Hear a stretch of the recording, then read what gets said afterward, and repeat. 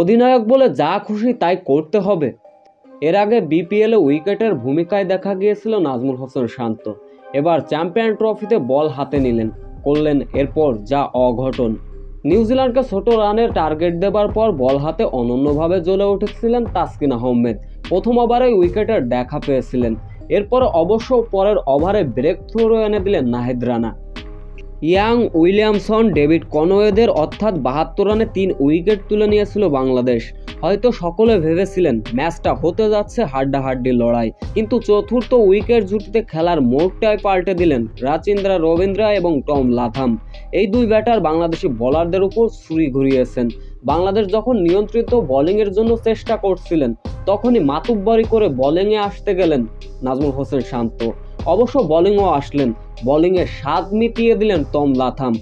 পরপর কয়েকটি বাউন্ডারি মেরে নাজমুল হোসেনকে শিক্ষা দিয়ে দিলেন টম লাথাম।